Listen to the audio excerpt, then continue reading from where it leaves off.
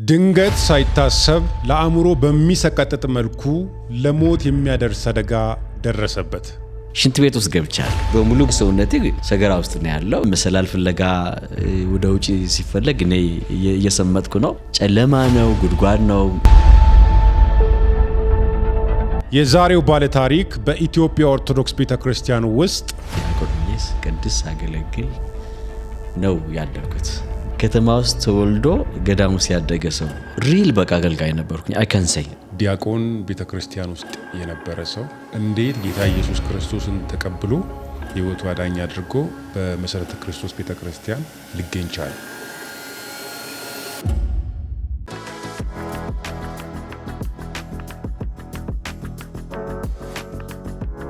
ራስን በማስተዋወቅ ምን ጀምር። ፍጹም በርሄ ነው የሚባለው። ፍጹም ብለው ስም ሲያወጥልኝ እንግዲህ አንወልድም ብለው ነው። እሱ ከነሱ ጋር የሚገናኝ ነው።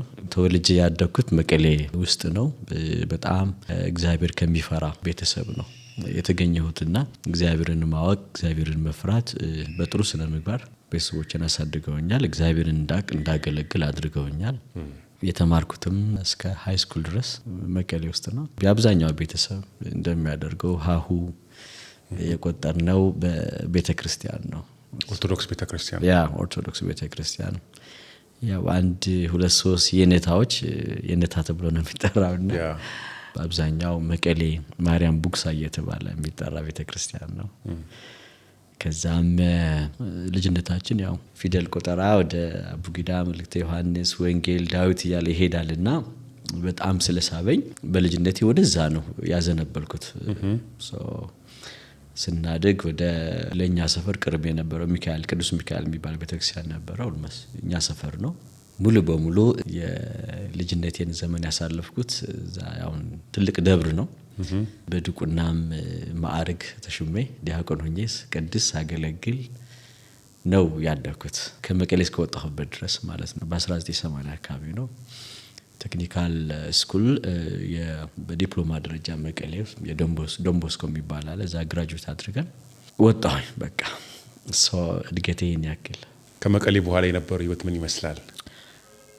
ከመቀሌ ከወጣ በኋላ እኔ በአብዛኛው ሪሊጂየስ የሆነ ወይ ሃይማኖታዊ አስተዳደግ ባድግም ውስጤ ግን የኢንጂነሪንግ የምህንድስና በጣም ረሃብ ስለነበረኝ ከመቀሌ ከወጣ በኋላ በትምህርትና በስራ ነው ያሳለፍኩት። አዲስ አበባ እንደገባሁኝ ወደ አስመራ ነው ሄድኩት። አስመራ 2 አመት ከሰራ በኋላ ተመልሼ ወደ አዲስ አበባ ወደ ናዝሬት ወደ 16 አመት አሳልፌያለሁ በስራ።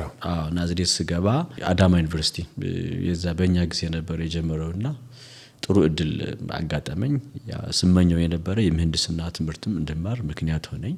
የአዳማ ቆይታዬ በስራም በትምህርትም ብቻ ሳይሆን በተለይ በአይ ቲንክ 1985 መጀመሪያ አካባቢ መሰረተ ክርስቶስ የሚባል ቤተክርስቲያን እንዲሁ ጆይን አደረኩኝ። ከዛ ጊዜ ጀምሮ እስካሁን አለሁኝ።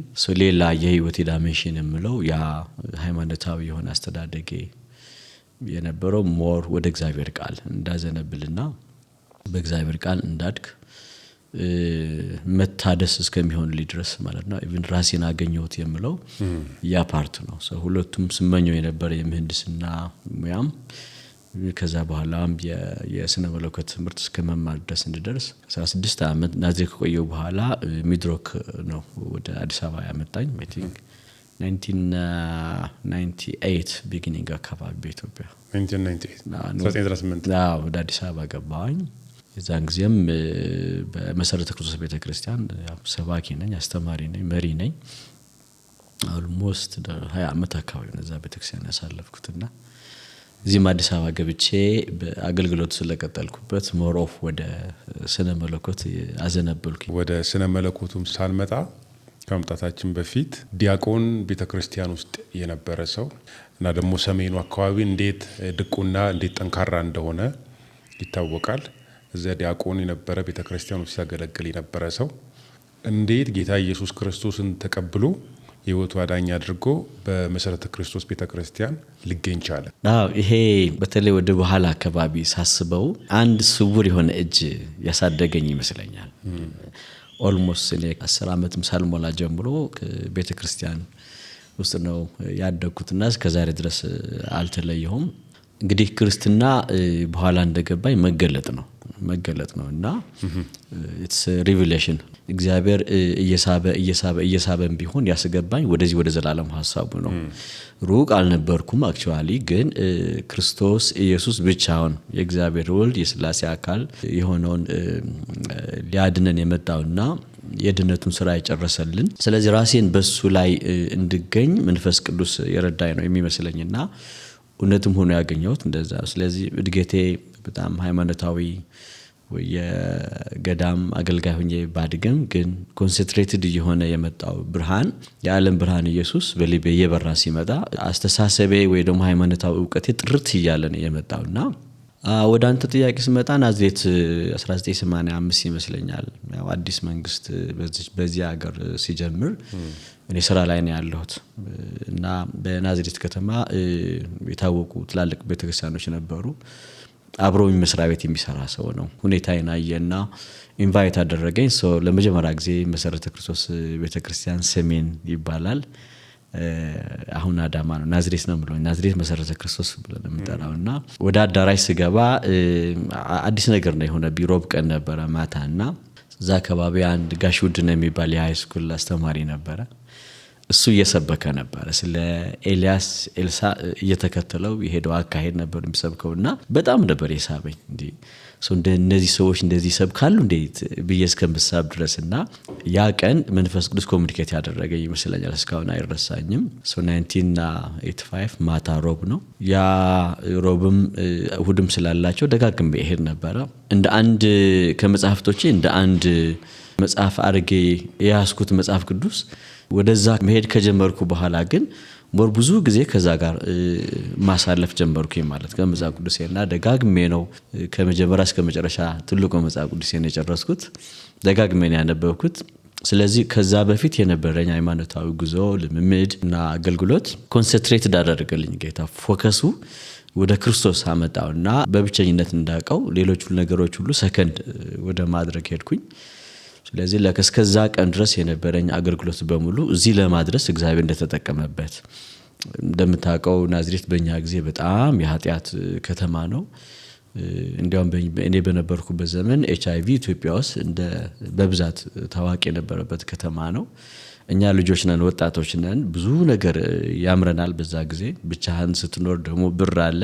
ስለዚህ በኃጢአት ከተማ በዛ በናዝሬት እግዚአብሔር ቶሎ ብሎ እኔን በቅፉ ማስገባቱና ያን ብርሃን እንዲበራልኝ ማድረጉ እስከዛሬ ድረስ ይገርመኛል። እንደዚህ ነው ያለፍኩትና አመጣጤ እንደዚህ ነበረ። ግን እየጣመ ሄደ። ብቻውን እግዚአብሔር ወልድ ኢየሱስ ክርስቶስ ወረሰኝ። እስከዛሬ ድረስ በዛ ብርሃን ነው ያለሁትና እንደዚህ ነው አመጣጤ።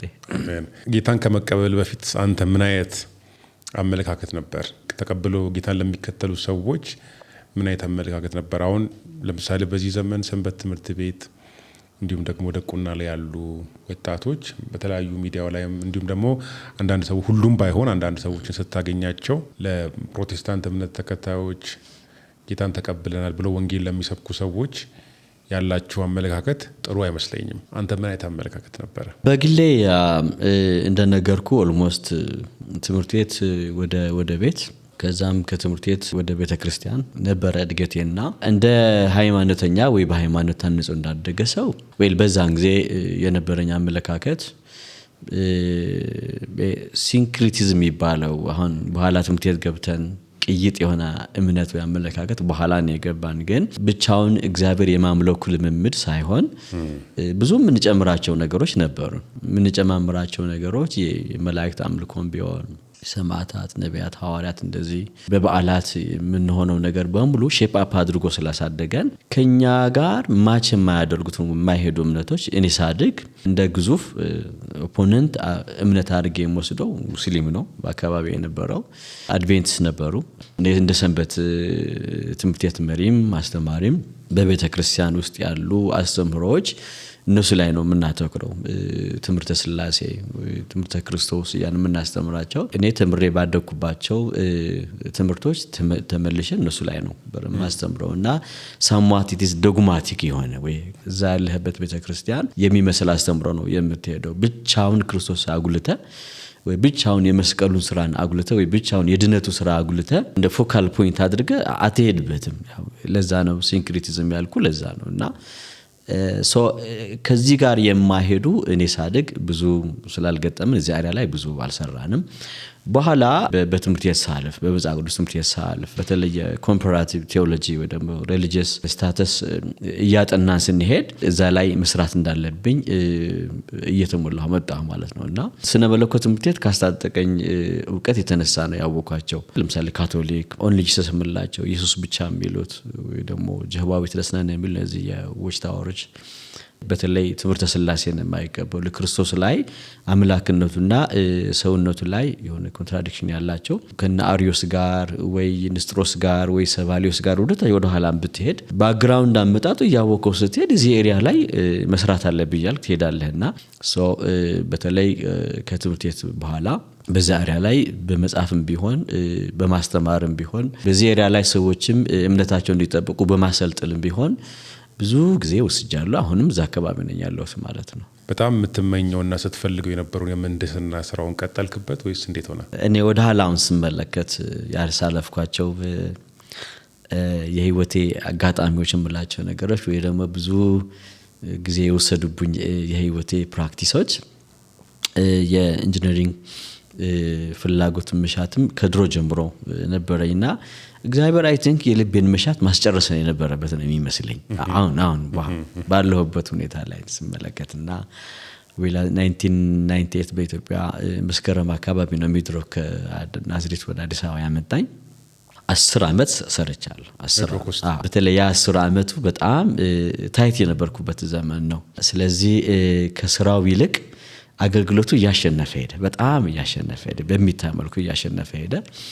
ስለዚህ የነበረኝ ናውሌጅ ለምን ኮንሰንትሬትድ ወይ ኮንሶሊዴት ለምን አላደርገውም በማለት ነው ስነ መለኮት ኮሌጅ ያደረኩትና በመጀመሪያ ዲግሪም በሁለተኛ ዲግሪም በስነ መለኮት ኮሌጅ ስቆይ በተለይ የዛሬ 10 አመት ማለት ነው ሙሉ በሙሉ የምህንድስና ስራውም ቆመ ማለት ነው። ይህንን ነገር እየጎተተኝ ስለሄደ በአጥቢያ አብያተ ክርስቲያናት ላይ መስበኩ ማስተማሩ ማሰልጠኑ በመጽሐፍ ቅዱስ ትምህርት ቤቶች ላይም ኮርሶች ይዞ ማስተማሩ በመስክ አገልግሎቶችም በመሳተፉ ይሄ በጣም ብዙ ጊዜን ወሰደው ማለት ነው። ስለዚህ ይህንን እያየለ ያ የምህንድስና ስራውም እያነሰ ስለሄደ ሙሉ በሙሉ ቆመ ማለት ነው። ስለዚህ ያለፉት 10 አመታት ሙሉ በሙሉ አገልግሎት ላይ ነው ያለሁት ማለት ነው። ዋው! ስለዚህ የምህንድስና ስራ ላይ እንግዲህ በጣም ገንዘብ የሚገኝበት ስራ ቦታ ይመስለኛል። ጥሩ ስራ ገንዘብ የምታገኝበት ኦፍ ኮርስ የዛሬ 10 አመትና ከዛ በፊት መሐንዲስ የነበረ ሰው በደንብ ሰርቶ ቤተሰቡን ለማስተዳደር የማይቸገርበት ስራ ነው ብዬ አስባለሁ። የወንጌሉ አገልግሎት ደግሞ ሙሉ ጊዜ አገልጋይ መሆን በራሱ ስላለው ቻሌንጆች አሉት። ኢዝሊ ኢንካም ጀነሬት ማድረግ አይቻልም። እንዴት አርጋ አስኬድከው? አስተዳደግ የጠቀመኝ ነው መሰለኝ። ያ ማለት ገንዘብ የመፈለግ የማግኘት ገንዘብን የማሳደድ አግኝቶም አንዳንድ ነገር ላይ የማዋል ብዙ ልምድ የለኝም። በቃ ይሄ በመጠን ኑሮ የሚለው በኋላ የገባኝ አዲስ ኪዳን ቃል አይቲክ የኖርኩበት ነው ይመስለኝ። ራሴን ከተናናሽ ወንድሞቼ ወይ ከተላላቅ ወንድሞቼ ጋር ሳነጻጽር አንድ አይደለም። በጣም ሪዘርቭ ሊሆን አስተዳደግ ነው ያለኝና ወደ ጋብቻም ቀስ በኋላ ነው የመጣሁት። ቀስ ብዬ ማለት በፍጥነት ወደ ጋብቻ አልመጣሁም። በትምህርት ዓለም ነው ብዙ ጊዜ ያሳለፍኩትና በስራ ዓለሙም ረጅም ጊዜ ቆይቻለሁ። ከጋብቻ በፊት የነበረኝ ኑሮ ምንድነው? መስራት መማር ማገልገል ነው የነበረና ስለዚህ ሰርችም ሳገኘው የነበረ ደሞዝ ለዚህ የሚያበቃኝ በቃ ማለት ለትምህርት ቤት የምከፍለው ለቤት ኪራይ የምከፍለው ለቤዚክ ኔሴሲቲ ኮንሰምፕሽን የሚያገለግለኝ ካልሆነ በስተቀር የተረፈ ነገር እንዲኖረኝ የመፈለጉና የመሰብሰቡ ነገር ብዙም ልምድ የለኝም። በዚህ መልኩ ነው እግዚአብሔር እኔን በኢንጂነሪንግ ካስተማረኝ በኋላ ሚድሮክ ፒክ አደረገኝ። ስራ አዲስ አበባ መጥቼ ነው የጀመርኩት። ኦፍ ኮርስ የነበረኝ ደሞዝ በጣም ብዙ ነው የተሻሻለው። ወዲያው እንግዲህ ወደ ጋብቻ መምጣት እንዳለብኝ አሰብኩኝ።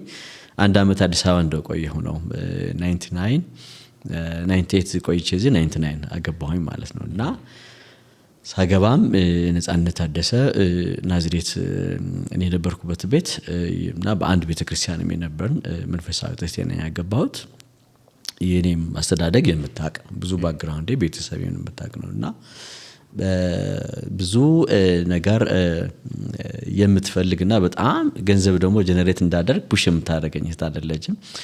ይልቁንስ ሞር ኦፍ አገልግሎቴ የምታግዝና ወደ አገልግሎቱም ብዙ ፑሽ የምታደርገኝ የነበረችው ይሄን ፍላጎት ብዙም ገንዘብ እኔ እንዳመጣ የሚያስገድድ ቤተሰብ አይደለም የሰራሁትና ለተወሰነ ጊዜ በተለይ ለ3 አመት ያክል ተጋብተን ቤት ክራይ ውስጥ ነበርን ማለት ነው። ከ3 አመት በኋላ ሴት ልጅ ወልደን ያሳደግን ያለ ግን እግዚአብሔር ቤት አዲስ አበባ ውስጥ እንድንሰራ በር ከፈተልን። የራሳችን ቤት ወደ ሳሪስ አካባቢ በሪንግ ሮድ በቃ ጥሩ ሎኬሽን ላይ ነው ሰራን። አይ ቲንክ የዛሬ 14 15 አመት ማለት ነውና ቤት ሰራን።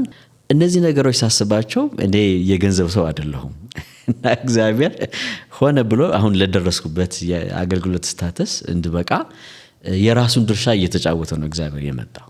ስለዚህ እና 10 አመት ሚድሮክ ስንሰራ በቂ የሆነ ራሳችንን የሚያኖረን ልጃችን የምናስተምርበት ህይወታችንን የምንመራበት አላጣንም። ሁለተኛ ዲግሪ በስነ መለኮት ስንጨርስ አንድ ጄፍ ኔልሰን የሚባል አስተማሪ ነበር አሜሪካዊና ስትራቴጂክ ቱ ክሮስ ካልቸራል ሚሽን ያስተማረን እና ብሬክ ላይ ሌትስ ሃቭ ብሬክ አለና ብሬክ ያደረግን ያለ ናው ቴል አስ ዋት ዩ አር ፊሊንግ አለ የሚሰማችሁ ነገር አውራለና በርግጥ የዛን ጊዜ 10 አመት ሆነኛል ሚድሮክ so I was so down በቃ ቢሮ ስገባ ጥሩ ስሜት አይሰማኝም ነበር።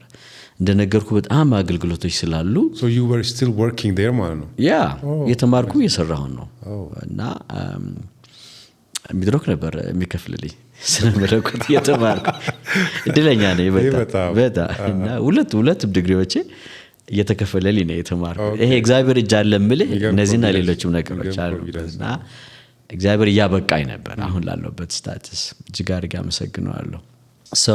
የገንዘቡ ዲማንድ ያልነበረውም ለዚህ ነው እንደነገርኩ። ስለዚህ ያ ጄፍ ኔልሰን እስቲ የሚሰማችሁ ተናገሩ ሲለና 10 ምናምን ሰው አገልጋዮች ነበርንና አዲስ አበባ ባይብል ኮሌጅ ግሎባል ዩኒቨርሲቲ ማለት ነው። እኔ ሲሰማኝ የነበረው ባዶነት ቢሮዬ ስገባ ነገርኩትና ፍጹም do you have calling አለኝ። በቃና I think so this is a feeling አለኝ። በቃ ምልክቱ ይሄን ስሜት ነው አለኝ። አብርሽ do you believe me ከዛ በኋላ ወደ ቢሮ ተመለስኩ። ሌላ ነገር አልተመለስኩ ወደ ቢሮ ተመለስኩ። ወደ 6 ወር አካባቢ ያ cumulative leave ነበር የአመት ፍቃድ የሚባለውና እኛ በዳሽን ባንክ ነበር ደሞዝ የሚከፈለን ሚድሮክ ያለው almost ተከታታይ 6 ወር በየወሩ ቀለባለ ማለት ተቸገርነው። በዛ 6 ወር ውስጥ ግን almost ሴትል አደረግን። ከዚህ በኋላ እንዴት እንቀጥል የሚለው ነገር በደመስባር ስለያዘ እስከዛሬ ድረስ እግዚአብሔር ይመስገን ሙሉ በሙሉ በአገልግሎት ላይ ነው ያለሁት።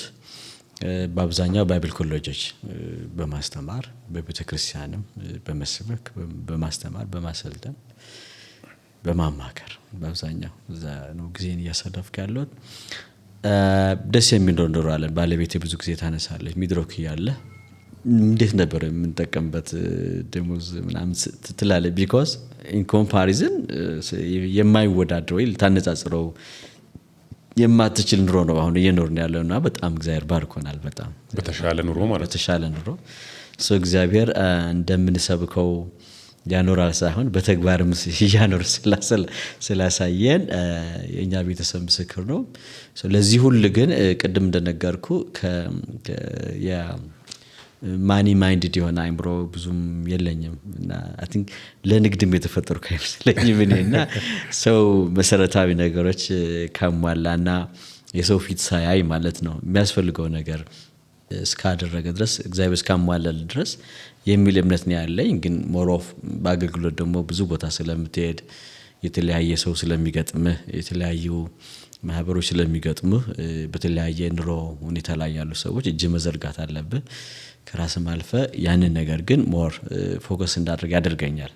ቢተርፈኝ ቢኖረኝ ብዬ ብዙ ምመኘው ነገር ስላለ ለዛም ቢሆን እግዚአብሔር አላሳፈረኝምና እንደዛም በምንችለው እየተቆረስን ከራሳችንም አልፈ ያው እሱም አገልግሎት ነው እሱም አገልግሎት ስለሆነ ስለዚህ ብዙ በገንዘብ አልተቸገርንም አብርሽ በጣም እግዚአብሔር ረድቷቸዋል አንዳንድ ጊዜ በእርግጥ እግዚአብሔር ሰውን የሚያስተምርበት የራሱ የሆነ መንገድ አለውና ያው የኔንም የላይፍ ጆርኒን እንደምታውቀው እኔም ስራዬን አቁሜ ከኢትዮጵያን ኤርላይንስ ነው ወደ ቴዎሎጂ ስኩል የመጣሁት እግዚአብሔር ጥሪ ወደ እኔ ስለመጣ እንዳገለግለው ግን ከዛ በኋላ የኔ ጋንተ ተቃራኒ ሆኖ ደግሞ በጣም ማሰል ያረኩት በዚህኛው አቅጣጫ ኑሮ ያው ብቻዬን ኦፍ ኮርስ በጣም ከደሃ ቤተሰብ ነው የመጣሁት ከዛ ደግሞ ቤተሰቦችን ሰፖርት ማድረግ ያለብኝ ሰዓት ላይ ነውና ያ በጣም ቻሌንጅ አድርጎኛል ከሰው ራስን ማግለል መፍራት ኮንፊደንስ ማጣት ላይፍ አንዳንድ ጊዜ ኦፍ ኮርስ እግዚአብሔር የተናገረውን ነገር in your life እግዚአብሔር እንደሚያደርገው ታምናለ እዚህ ጋር ደርሳለሁ የምትለው ነገር አለ ግን ሰዎች ከሚሰጡት ምላሽ ሁኔታ ከሚነግርህ ነገር ተነስተ እንዴት ተሳስቼ ነበር እንደምትለው ይኖራል ወደ ኋላ ለመመለስ ያሰብኩበት ጊዜ የለም መንገድ ለመቀየር ያሰብኩበት ጊዜ የለም ግን ተስፋ የቆረጥኩባቸው ጊዜያቶች ነበሩ የከበደኝ ጊዜ አለ frankly speaking እና ኤቢሲ ላይ ያው እንግዲህ ስላስተማርኩኝ እዛ በነበረኝ ጆርኒ እኔ ወደ ኤቢሲ ስገባ ወደ ቴዎሎጂ ስኩል ስገባ ጌታ ተናግሮኝ ነው ከዛ በኋላ ከገባው በኋላ ግን ብዙ ተቸግሬያለሁ ምክንያቱም እቃ ሽጬ ምናምን የገባሁት ክፍያ ለመክፈል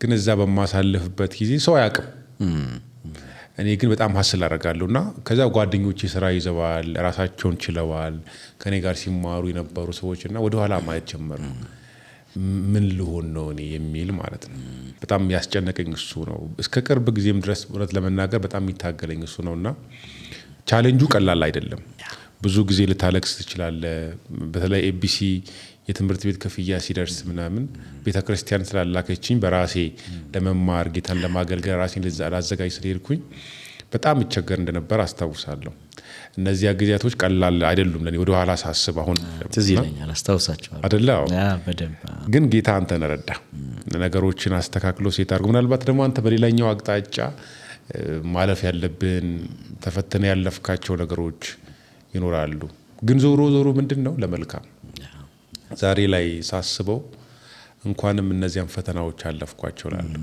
እንኳንም ያኔ ነገሮች ለኔ አልጋ ባልጋ አልሆኑም እላለሁ እና አንተስ ዝም ብለህ ዛሬ ስታስብ necessarily በገንዘብ ላይ ሆን ይችላል ግን ካንተ ጋር አብሮ የሰሩትን ሰዎች በማየት ሊሆን ይችላል አንዳንዴ ሁኔታም ይነግር ሊሆን ይችላል ቸርች ውስጥ ያለ ኮንፍሊክት ሊሆን ይችላል whatever it is ግን ወደ ኋላ ዞር ብለህ ይሄ ነገር እንደው በኔ ህይወት ላይ ባልመጣ የምትለው ነገር አለ ባልደረሰብኝ የምትለው አለ አሁን ላይ ደግሞ አስበ ያልከው ማለት ነው አሁን ደግሞ ቁጭ ብለህ ስታስብ እንኳንም ያንን አለፍኩት የምትለው ነገር አለ ጌታ ረድቶኝ ብዙም የአቅሜም ስለሚያቅ መንፈስ ቅዱስ በጸጋው ደግፎ ብዙ ያሳለፈኝ ሁኔታዎች አሉ እንደነገርኩ ብዙ ከገንዘብ አኳያ ብዙ ምመኝ ሰው እንዲኖረኝ በጣም ሮሰው ስላልሆንኩኝ ይገርመኛል አሁን አባቴ ነጋዴ ነው ወንድሞቼም በተለይ ተናናሾቼ ምናምን በንግድ ኤሪያ ላይ ብዙ አሉ እንግዲህ ያው እኔ ስፈጠር ወይም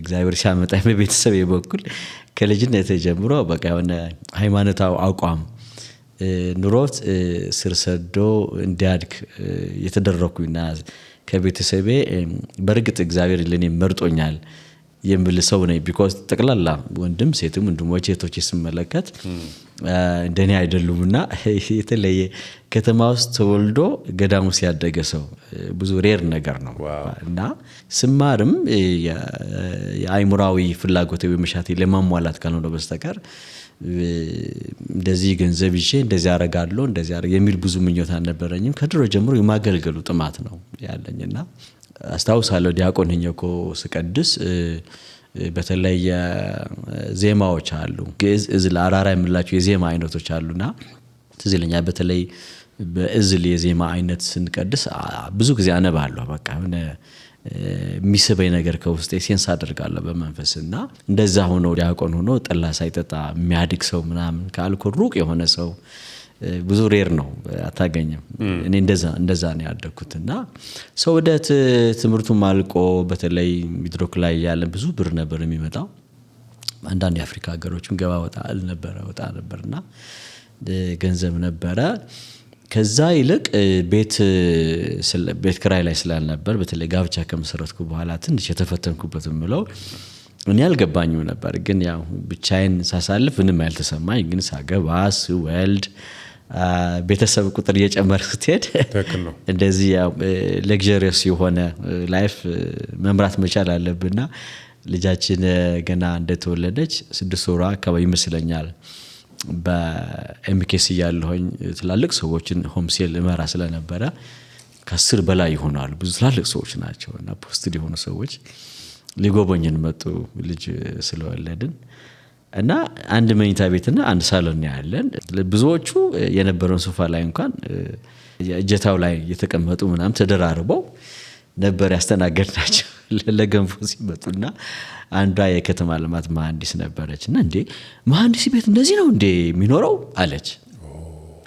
አንዱ የዛ ቀን የማይረሳኝ ማለት ነው። ለኔ ምንም አይደለም፣ ግን ለካምል ቤተሰብ ስጨምርም የተሟላ ነገር ማሟላት ይኖርብኛል ስለያልና ብቻዬ ስለኖርኩኝ ያልታወቀ ያው ቤተሰብ ስጨምር ግን አስፈላጊ ነገሮች አስፈለጉና እንደዛ ስትል ያቺ ልጅ በጣም እስከዛሬ ድረስ አይረሳኝም። ያ የሷ ንግግር ግን ብዙ አልቆየንም። ትዝ ይለኛል እንዲህ እየጸለይን ያለ አንድ ሰው መጣና አንድ ሁለተኛ ምነግርን ቻሌንጅ ተናገረ። ምንድነው አንተ ሰው እግዚአብሔርን አማኸው እና ጭራ አደረከኝ ታሟል እንደዚህ አይነት ቃል ስትናገር ሰማሃለሁ።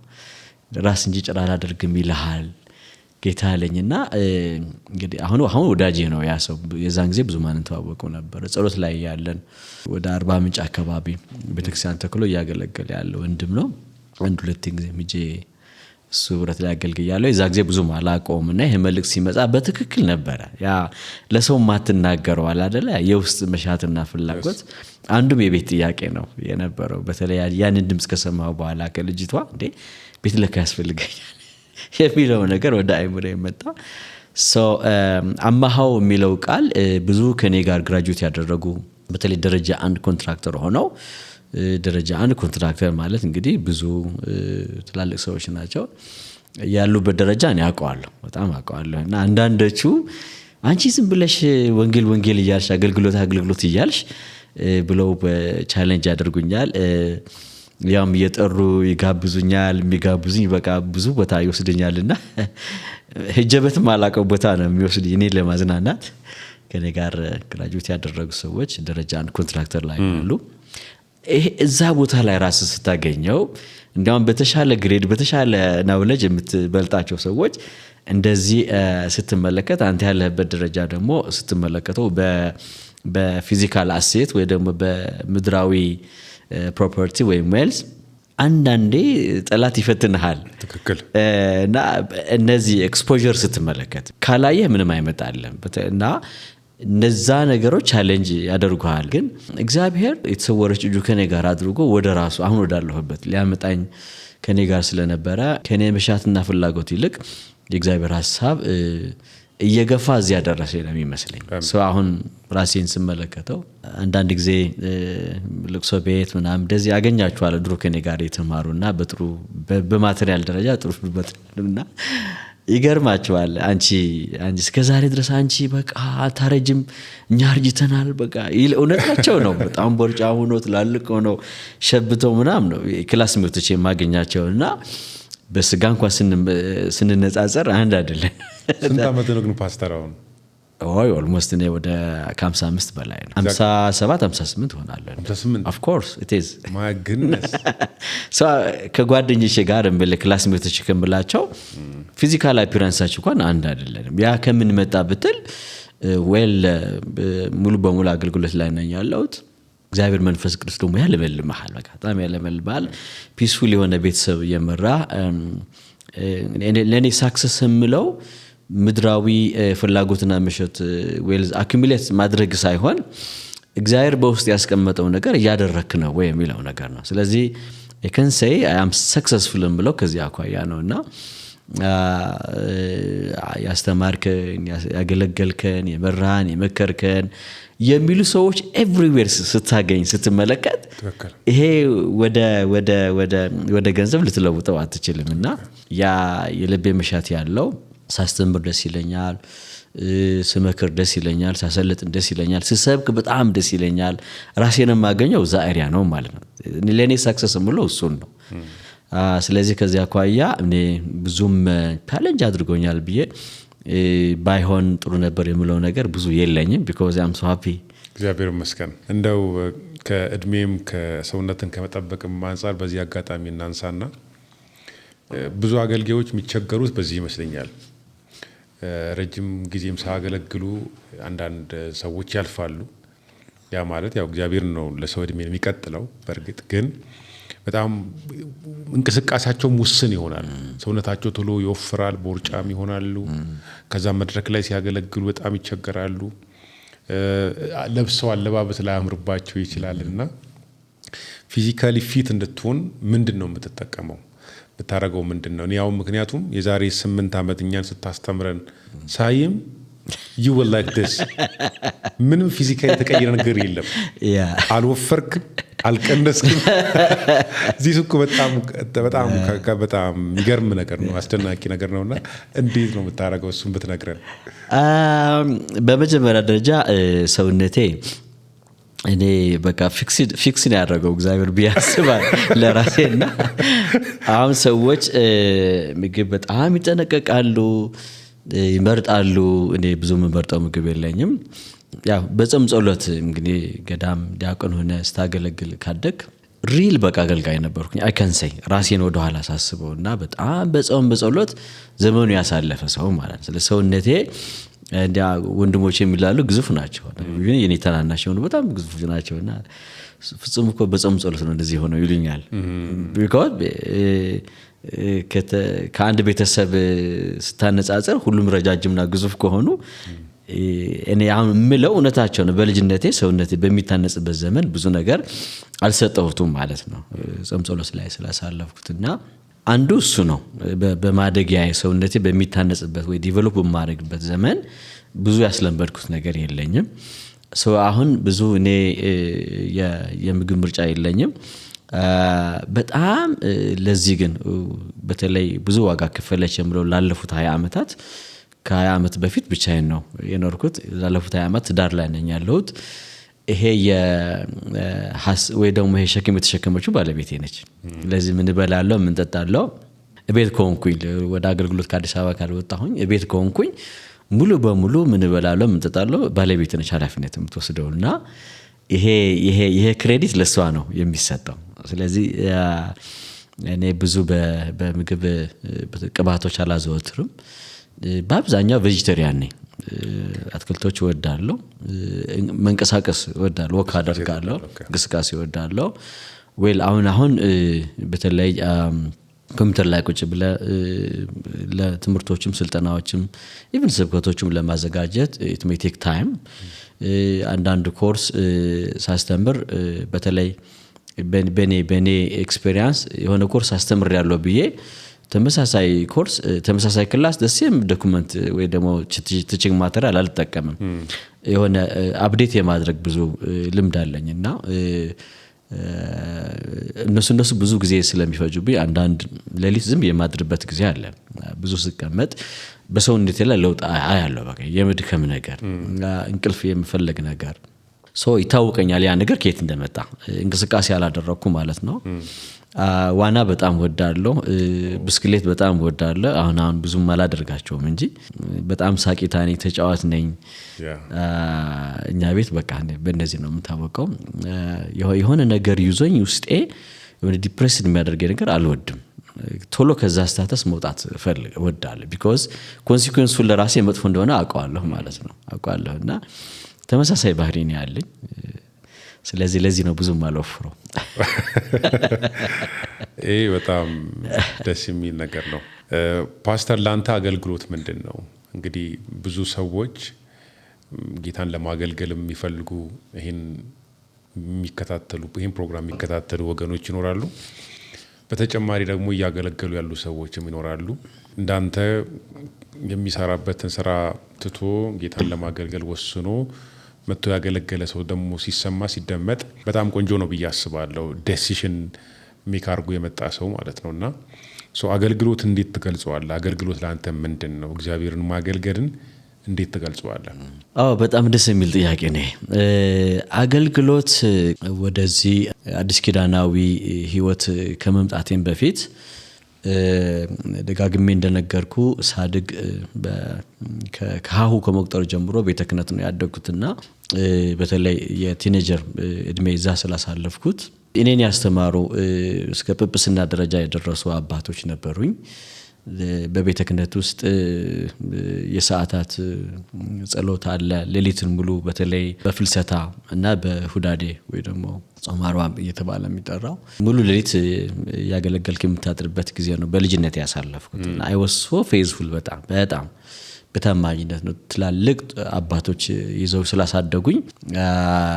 አገልግሎት ማለት ከነሱ የምትመለከተው ራስን መስጠት፣ ሰዓትን ማክበር፣ ካንተ ምእመኑ ወይ ደግሞ የምታገለግለው የሚፈልገው ነገር በህዝባዊ አገልግሎት ፐብሊክ የሆኑ ሚኒስትሮችን ቢሆኑ ወይም ደግሞ ክለርጊ ሚኒስትሪ የምንላቸው ደግሞ ካህናት ብቻቸው ወይ ሌሊት ወይ ቀን የሚያደርጓቸው አገልግሎቶች ይኖራሉ። ስለዚህ የሚጠበቅብህ ከማድረግ አኳያ አገልጋይ በቀጥታ የሚያገለግለው አገልግሎት ብቻ ሳይሆን ከዛ አገልግሎት ጋር የሚሄድ ስነ ምግባር ወይ ደግሞ ባህሪ ደግሞ በጣም አስፈላጊ ነው። ስለዚህ እኔ በቲኔጅ ያለሁም በዚህ ነው ያደኩት። ለዛ አገልግሎት ታማኝነት ነው። አገልግሎት ሙሉ በሙሉ ራስ መስጠት ነው። አገልግሎት መንፈሳዊ ፖዚሽን ይዘ በመንፈሳዊ ቦታ ላይ መንፈሳዊ አገልግሎት መስጠት ብቻ ሳይሆን ለዛ ከዛ ጋር የሚሄድ ባህሪ ወይ ደግሞ ስነ ምግባር በጣም አስፈላጊ ነው ማለት ነው። በዚህ እንደዚህ ሆኖ ያደገ ሰው ደግሞ ወደዚህ ወደ አዲስ ኪዳናዊ ህይወት ደግሞ ስመጣ ክርስቶስ ኢየሱስ አምላክ እያለ መለኮት እያለ በተለይ ፊልጵስዩስ ምዕራፍ 2 ላይ እንደምንመለከተው ማለት ነውና እንደ ፕሪንሲፕል አርጌ እንድወስደው ምክንያት ሆኖኛል ማለት ነው። መለኮት እያለ አምላክ እያለ ራሱን ባዶ ማድረጉ ደግሞ በሰው ቦታ ላይ ተገኝቶ አንዳንድ ጊዜ በጣም ነው የሚያስለቅሰኝ። እግዚአብሔር ሰው ሆኖ በሰው ሲመታ፣ ሲሰደብ፣ ሲደበደብ፣ ምራቅ ሲተፋበት while he is God ማለት ነው። በቸም እግዚአብሔር ትናንትናም ዛሬም ለዘላለም ያው ነው። በሱ ዘንድ መለዋወጥ የለም። ስለዚህ እግዚአብሔርነቱ ትቶ ድሊት አድርጎ አይደለም፣ እግዚአብሔር ነው። በሰው ማንነት በምድር ላይ ተገኘ እንጂ በዛ ሁኔታም እግዚአብሔር ነው። እግዚአብሔር ሆኖ እያለ እግዚአብሔር ስል ፈጣሪ የሁሉም ነገር መገኛና ምንጭ ማለት ነው።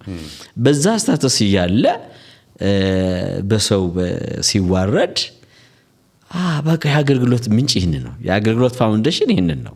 ይሄ ካልገባ አገልግሎት ሊሆንልህ አይችልም ማለት ነው። ስለዚህ እግዚአብሔር እንኳን ፍጹም አምላክ ሆኖ ፍጹም ሰው ሆኖ በእንደዚህ አይነት ሁኔታ ካሳለፈ ለዓላማው እኛን ለመለወጥ እኛን ወደ ራሱ ለማምጣት ፍጹም የሆነ የትህትና ጥግና አቅጣጫ ካሳየን አሁን ዛሬ ላይ እኔ መሐንዲስ ነኝ ወይ ዶክተር ነኝ ወይ ስነ መለኮት ይህን ያክል ዲግሪ አለኝ ወይ ይህን ያክል አገልግሎት እድሜ ዘመን አለኝ ወይ ይህን ያክል ፖዚሽን አገልግሎት አለኝ ብለህ ራስን ከሌሎች ጋር አነጻጽረህና አወዳድረህ የምትኮፈስበት ወይ ደግሞ እኔ የበላይ ነኝ የምትልበት ነገር በፍጹም የለም። ስለዚህ አገልግሎት ኢንካርኔሽን የሚባል ቃል ይገለጽልኛል። ኢንካርኔሽን ሙሉ በሙሉ ለሌሎች ጥቅም ብለህ ራስ መካድ ማለት ነው። ለሌሎች ጥቅም for the sake of others ራስ ዲናይ ማድረግ ማለት ነው። እና የብስለት መንገዱ ዓለም ይህንን አታሳየንም። ዓለም ያለህን ክሬዴንሻል ወይ ደግሞ ያለህን ማንነት ሰብስበ መብለጥህን ነው እንድታሳይ ግደምትል።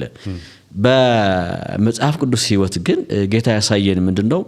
በጣም አንተ ሰልጥኛለሁ ተምሬያለሁ አለኝ የምትለው ነገር ሁሉ እንደ ጉድፍ ቆጥረህ ነው ለብዙዎች እንድትጠቅም ጌታ የተጠቀመው ምሳሌ ስንዴን ነው። አንዲት የስንዴ ቅንጣት ወደ ምድር ወድቃ ካልበሰበሰች ካልሞተች ይላል ፍሬ ልታፈራ አትችልም ይላል። እና ይሄ ዓለም የሚያስተምረን ነገር አይደለም። አገልግሎት ራስን መካድ ነው። አገልግሎት ክርስቶስ ኢየሱስን መስለ መግባት መውጣት ነው።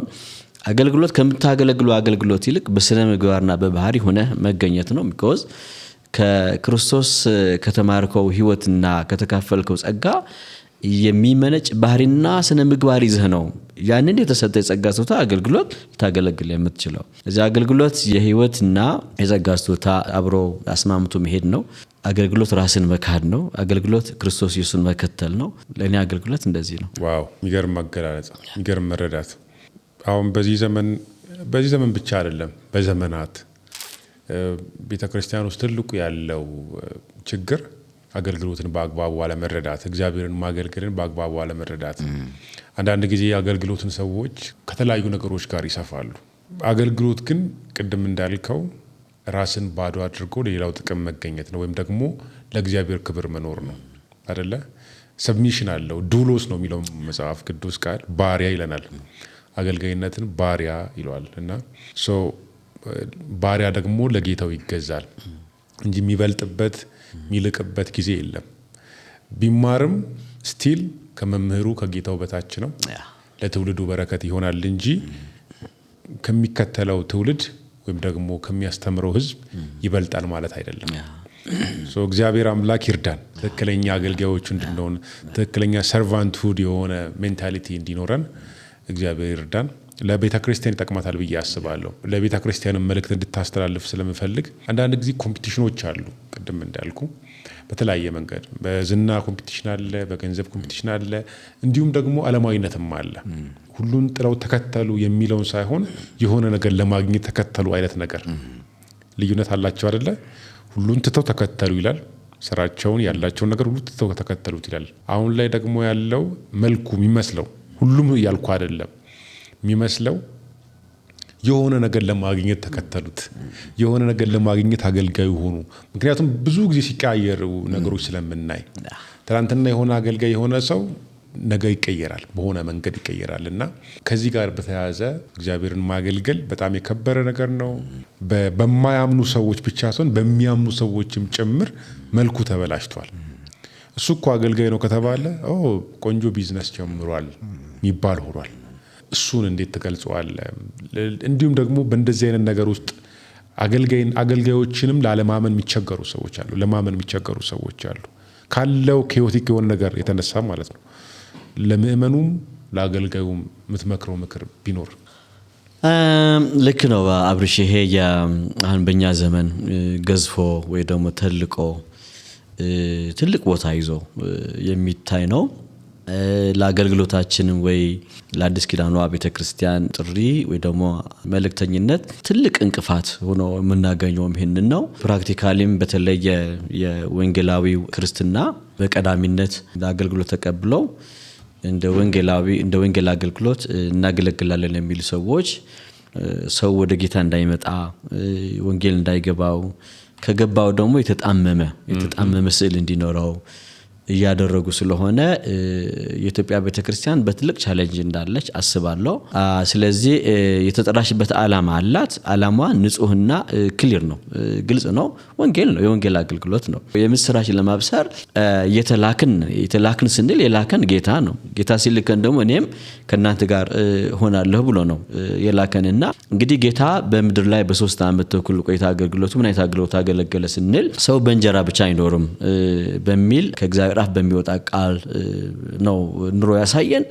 በመንፈስ ቅዱስ ሙላትና ምሪት ህይወቱ የጌታ መንፈስ በኔ ላይ ነው ብሎ ጀምሮት እስከ መጨረሻ ትንሳኤውም እርገቱም በመንፈስ ቅዱስ የጨረሰ ጌታው ነው የምናገኘው። ስለዚህ በዚህ መንገድ ሂዱ ብሎ ጌታ ከላከን እኛ ጌታ ያልሄደበት መንገድ አንሄድም። ጌታ ያልሄደበት አቅጣጫችን አይደለም። ጌታ ያላዘዘን ያለለን ነገር ደግሞ አናደርግም። ስለዚህ ሪፈረንስ አለን ማለት ነው። ስለዚህ በኤርሊ ፔሪድ ኦፍ ቸርች ወይ ደግሞ የመጀመሪያ 100ኛ ዓመት የነበረችው ቤተክርስቲያን ዛሬ ለኛ እንደ ብሉ ፕሪንት ወይ ደግሞ እንደ አገልግሎት ካርታ ማሳያችን ነች ማለት ነው።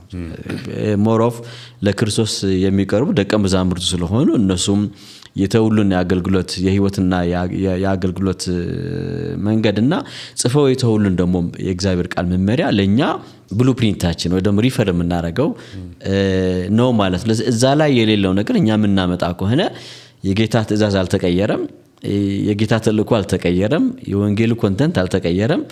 የተቀየረው ማህበረሰቡ ነው፣ ዘመኑ ነው፣ ቴክኖሎጂው ነው፣ ስልጣኔው ነው እየተቀየረ ይሄድ ያለው። ግን የማይቀየር ወንጌል ፎርሙን እየቀያየርን ኮንተንቱን ሳንቀይረው ማለት ነው። ኮንተንት ይዘቱን ሳንቀይረው ቅርጹ ብቻ በመቀያየር ልናስኬደው ሲገባ አሁን እኛ በኔ እይታ ቅርጹም ቢሆን ይዘቱም ቢሆን ቶታሊ እየጣልነው ነው ያለን የሚመስለኝ።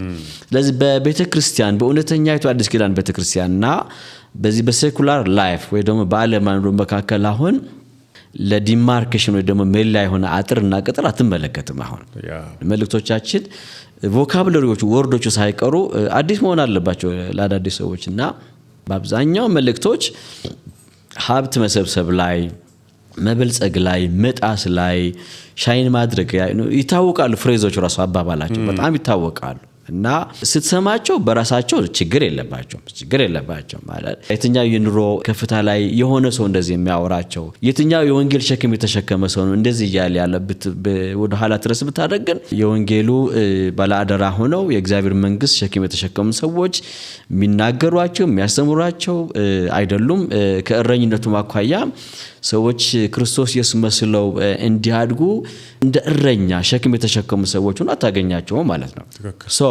የተሰበሰበው ህዝብ እንደ እረኛ ሆነ ለህይወቱ ክርስቶስ መስሎ ለማደጉ ፍሬ ለማፍራቱ በግል ህይወቱም በትዳሩም በልጆቹም ሙሉ ኃላፊነት ወስደ ክርስቶስ ኢየሱስ መስሎ አሮጌው ሰው ገድሎ አዲሱ ሰውነቱን የሚያሳይ ሰው ሆኖ እንዲመላለስ በማድረጉ ላይ እንደ ብልሃተኛ አናጺ እንደ ዋይዝ ቢልደር ሆነ እየሰራ ከሆነ እነዚህ ነገሮች አትናገራቸው።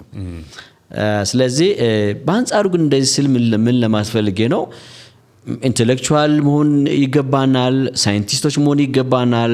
በንግዱም፣ በእርሻው፣ በፖለቲካው፣ በኢኮኖሚ፣ በዲፕሎማሲ በሁሉም ግንባር ቀደም ሆነን መታየት አለብን ብዬ አምናለሁ። ቢኮዝ ወንጌል ይለውጣል። አንዱ ትራንስፎርሜሽን ወይ ሪፎርሜሽን ያመጣል ወንጌል። ስለዚህ መደህየትን፣ መጎስቆልን፣ አለመማርን፣ መሰቃየትን፣ መራብን ወይ በሽታን ወንጌል አያስተምርም። ይሄ የክርስትና እንደዚህ መሆን አለበት ወይ ክርስቲያን የሆነ ሰው ምልክቱ ይሄ ነው ማለት አይደለም። ነገር ግን አንዱን ጥለን አንዱ መያዝ የለብን ባይነኝ። የተለወጠ ህይወት ክርስቶሳዊ ህይወት የምንይዝ ከሆነ ስለ መልእክቶቻችንም ይህንን የሚያሳይ መሆን አለባቸውና ስለዚህ ምን ትመክራለህ ብትለይ ለሚያገለግሉ ለሚመሩም ህይወታቸውና አገልግሎታቸው ማስማማት አለባቸው። ሰዎች ክርስቶስ ኢየሱስ ያገለገለው አገልግሎት ያሳየን ህይወት እኛም ተመልኮት የተባለን እሱ ስለሆነ በወንጌላዊ ህይወት ፍሬያማ እንድንሆን በትክክለኛው የክርስትና ህይወት መመላለስ አለብን ብዬ አስባለሁ። ምን ሰብከው ምን እናስተምረው በአፋችን ከቸርች ወጥተን ከጉባኤ ወጥተን በስራችን ምን ክደው ከሆነ የሚሰማን ማንም አይደለም ወይ ደግሞ ውሸተኛሞች መሆናችን ሰው ያቀናል ማለት ነው። ስለዚህ ህይወትና አገልግሎት የተስማማ መሪ፣ የተስማማለት ሰባኪ፣ የተስማማለት ዘማሪ፣ የተስማማለት ባለትዳር፣ የተስማማለት አገልጋይ ብንሆን ጌታም በፍጻሜ ዘመናችን በፊቱ ስንቆም ለብዙ ሽልማቶች ያበቃናል ብዬ አስባለሁ። ሰባለውና አገልግሎት ዘመን ስለተለዋወጠ ወንጌል አይለወጥም፣ አገልግሎት አይለወጥም። የቤተክርስቲያን መልክ ዘሴም ነው፣ ሁሉ ጊዜ አንድ ወጥ ነው እና ይሄን እንደምመክረው። ክብር ለጌታ ይሁን። ጌታ ኢየሱስ ክርስቶስን ማመን ወይም ደግሞ እምነትን እንዴት ተገልጧል? ባጭሩ እምነት ዘርፈ ብዙ ነው። በጣም ብዙ ቅርጾች ወይ ደግሞ ገጾች አሉት። ማልቲ ፋሴትድ ነው። እንግዲህ ለመዳን ሰው ያምናል፣ ለተአምራት ሰው ያምናል፣ ለአገልግሎት ሁሉ ያምናል። ሁሉም እምነቶች አንድ አይነት ፍቺ ይዘው የሚጓዙ አይደሉም። ለድነት ሰው የሚያምነው እምነት ከሌሎቹ እምነቶቹ ጋር ማች የሚያደርግ አይደለም። ቢኮዝ ጌታ የሰራው ስራ ሙሉ በሙሉ ሳትጨምር ሳትቀንስ ማመን ነው ይሄ እምነት የሚያደርግ። ከዛ ውጭ ግን በትምህርት ንፋስ መፍገምገም አይነት ነገር በኤፌሶን ምዕራፍ 4 እንደምንመለከተው ብዙ ሰዎች ለእምነት ያላቸውን አመለካከት ወይ ደግሞ ለእምነት ያላቸውን አቋም በሰሙት የትምህርት አይነት ሲለዋውጥ ነው የምትመለከተው እና ለኔ እምነት በመጀመሪያ እግዚአብሔር ማንሱ አላየውም፣ አልጨበጠውም፣ አልዳሰሰውም። ይህን ይመስላል ብሎ ማንሱ አይናገርም ስለ እግዚአብሔር። ስንጀምር እንደ ዕብራውያን ምዕራፍ 11 ቁጥር 6 ያለ እምነት እግዚአብሔር ደስ ማሰኘት ስለማይቻል ይሄ ዓለም የተገኘው ከእግዚአብሔር ዘንድ እንደሆነ በማመንና እግዚአብሔር ከሰራው ስራ ተነስተ ስለ እግዚአብሔር ያለህን መረጃ ማጠናከር በጣም መሰረታዊ ነገር ነው። ከዛ ውጭ ደግሞ እግዚአብሔር በልጁ በክርስቶስ ኢየሱስ ያደረገው ነገር በሙሉ ስለኔ ነው ብለህ መቀበል እሱም እምነት ነው ዲማንድ የሚያደርገው። የእግዚአብሔር ቃል ስትማር ስታነብም መንፈስ ቅዱስ በቃሉ አልፎ የሚናገር ነገር መቀበል እምነትን ሲክ የሚያደርግ ነገር ነው። ከዚህ ውጭ ግን ጠቅላላ በተለይ ስትመራ፣ ስትሰብክ፣ ስታስተምር፣ ትዳርን ስትመራ፣ ስትገባ፣ ስትወጣ ለዚህ ሁሉ የረገጥካት ምድር እንኳን ተሸክመሃለች። ስለዚህ ከረገጥካት ምድር ይልቅ ሙሉ በሙሉ በእግዚአብሔር እጅ እንዳለ በማመን ለኔ እምነት እንደዚህ ነው። በእግዚአብሔር እጅ ነው ያለሁት ብሎ መግባት መውጣት ነው። ለአገልግሎት በመኪናም የተለያየ ቦታ እንቀሳቀሳለሁ። በብዙ አጋጣሚዎች አልፋለሁ። የመጀመሪያ ከቤት ስወጣ መንገድ ለእግዚአብሔር አደራ ስጥ ነው። ይሄ እምነት ነው። ገና ከቤት ስወጣ በብዙ ነገር አልፌ ራሴን ስላገኘሁት እግዚአብሔር እንዴት እንደሚያድን እንዴት እንደሚናጠቅ ስለዚህ በእግዚአብሔር አይን ቁጥጥር ውስጥ ነኝ ያለሁት ብሎ መግባት መውጣት ነው ለኔ እምነት። እምነት ከምተነፍሰው እስትንፋስ በላይ ሁሉ ነገሬ በግል ቢሆን ያጸናልኝ ዓለማትም የቆሙበት ፌዝ ይመስለኛል ስመለከተውና ሰው እምነት ከመስማት ነው፣ መስማትም በእግዚአብሔር ቃል ስለሆነ እምነት ለኔ የእግዚአብሔር ቃል የሚለው ነገር ከመቀበልና ከማድረግ አኳያ አቆራኝቼ የምቀበለው ነገር ነው። አሜን። እግዚአብሔርን በህይወት አምነኸው በጉዳዮች በየትኛውም ነገር ቀደም እንዳልከው እምነትን እንግዲህ በሁሉም ነገር ውስጥ ተከተዋለህ። በመውጣት በመግባት፣ ቤተሰብን በመምራት፣ በአገልግሎት፣ በሁሉም ቦታ ላይ ያለ እምነት እግዚአብሔርን ደስ ማሰኘት አልችልም። እንዲሁም ደግሞ ከህይወቴ ጋር የተቆራኘ ነው እምነት የሚል መረዳትን አካፍለናል። በህይወቱ በየትኛውም ከነዚህ ከጠቀስካቸው በየትኛውም ጉዳይ እግዚአብሔርን አምነኸው ነገር ግን ተስፋ የቆረጥክበት በቃ ነገሩ አልሆን ብሎ ማለት ነው ከመዘግየቱ የተነሳ ተስፋ የቆረጥክበት ጊዜ አለ። እንዲሁም ደግሞ አንተ ተስፋ ቆርጠ አልቆለታል አብቅቶለታል ብለ እንደው መንገድ ለመቀየር እያሰብክ በመጨረሻው ሰዓት እግዚአብሔር ደግሞ ደርሶ ያስደነቀ ሞመንት የምታስታውሰው አለ ወይ? ቆጥሬ አልጨርሰው። ደጋግሜ እንደነገርኩ አንድ የተሰወረች የእግዚአብሔር እጅ አለች ከኔ ጋር። በጣም ዝም ብዬ አይደለም እንደዛ ምለው እንዲህ ለመጀመሪያ ያክል አይ ቲንክ 3ኛ ክፍል ያለው ይመስለኛል መቀሌ ከተማ ባደኩበት ከተማ ኤሌመንተሪ ስኩል ያለሁኝ መሰረተ ትምህርት ቤት የሚባል አለ ከ1 እስከ 6 የተማርኩትና ይመስለኛል 3ኛ ክፍል ያለሁ ነው ሽንት ቤት ውስጥ ገብቻለሁ። እና ያስደንጋጭ ነገር ነውና ሰው የሚጠቀም ሽንት ቤት ጉድጓድ ሽንት ቤትና በጣም ፈጣን ነበርኩኝ። ሮጣለሁ፣ ጂምናስቲክ ሰራለሁ ምናምን በልጅነት ዘመንና የነበረው ሽንት ቤት የትምህርት ቤት ሽንት ቤት ነው። ኦፕን ኤር ሆኖ ጣራ ነበረው። የተዘረጋጉ እንጨቶች ነበሩና እነዛ እንጨቶች ይዘን እንደዚህ እንደ ቡሻፍ ምናምን ነገር እነዚህ እና ኦልሞስት ግማሽ ሰውነቴ ልጅ ሆኜ ሽንት ቤት ውስጥ ከትቼ እንደዚህ እንጠራራለን እንጨት ይዤ ከጓደኞቼ ጋር እና ለቀኩት እንጨቱ ገባሁኝ ማለት ነው።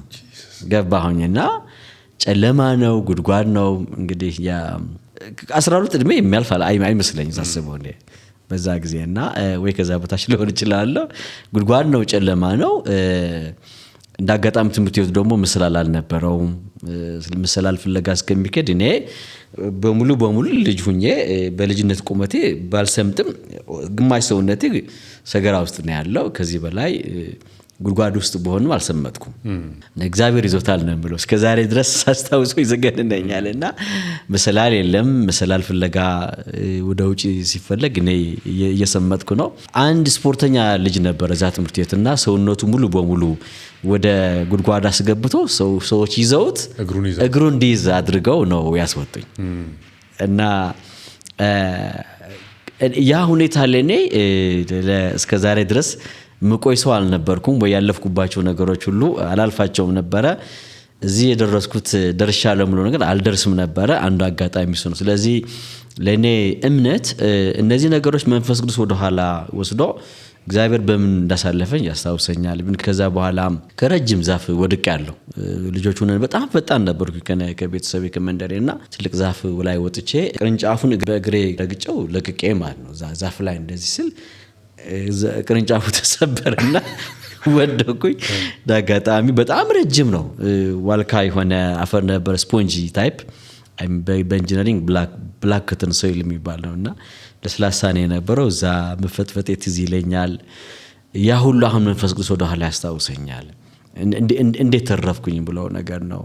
ሶስተኛ ምረሳው ብዙ ጊዜ ወደ አይምሮ የሚመጣው እኔ ዋና ሳልችል አሁን እችላለሁ፣ ዋኛለሁ፣ ደስ ይለኛል። በልጅነቴ እኛ ማይግፋፍ የምንለው ወይ የምንዋኝበት ወንዝ ነበር። አሁን እንኳን ያለ አይመስለኝም። እና ክረምት ላይ ውሃ ስለሚሞላ ጉድጓዱ የሰፈር ልጆች ተጠራርተን እዛ ነው የምንዋኘው። አይፈቀድልንም በቤተሰብ ግን ፈጣን ስለነበርኩኝ እኔ ዋና ገብቻ አላውቅም። ለመጀመሪያ ጊዜ ልብሴን አወላልቄ ገባሁኝ እና አሰመጠኝ እና ብቅ ጥልቅ እየጠጣሁኝ ብቅ ጥልቅ እያልኩኝ ወደ ውጭ ወጣሁኝ ማለት ነው። እቺ ስውር እጅ ምላት እኔ ከልጅነት ጀምሮ እንዳትረሳኝ ከዚህ ሁሉ ነው። እምነት ለኔ እንግዲህ እግዚአብሔር በህይወትህ ያለማመድህ ነገር አለመርሳት ነው። የሙሴ ታሪክም ሳስብ፣ የዮሴፍ ታሪክ ሳስብ፣ የአብርሃም ታሪክ ሳስብ መጽሐፍ ቅዱስ ትላልቅ ሰዎች ፍጻሜያቸው ትልቅ ቦታ ሆኖ የሚያሳየን ፍሮም ስክራች ግን ወደ ኋላ ስንመለስ ያለፉበት መንገድ አለ። ስለዚህ ወደኛ ወደ ግላችን ስናመጣው በመጽሐፍ ቅዱስ የያኔ ሜሴጅ ብለን የምናነባው ለአሁኑ ለኔ ምን ይቀርልኛል ብለን ስንል እየሆንክ ያለው ነገር ትናንት ከሆንከው ድራይቭ የሚደረግ ነገር ነው ማለት ነው። በነዛ ትዕይንቶች ሁሉ እግዚአብሔር አይተው ከሆነ ገዝፎ እግዚአብሔር በህይወት አይተው ከሆነ ዛሬ በፊት ይገጥሙኛል ለምትላቸው ወይም እየገጠሙ ላለ ነገር ማስረጃ ነው የሚሆነው ማለት ነው። ከዚያ አኳያ እኔ ወየው ብዬ አልቅሼ የእግዚአብሔር እጅ ዘገየብኝ የምለው ነገር እንደ ሰው በብዙ ሁኔታ አልፋለሁ።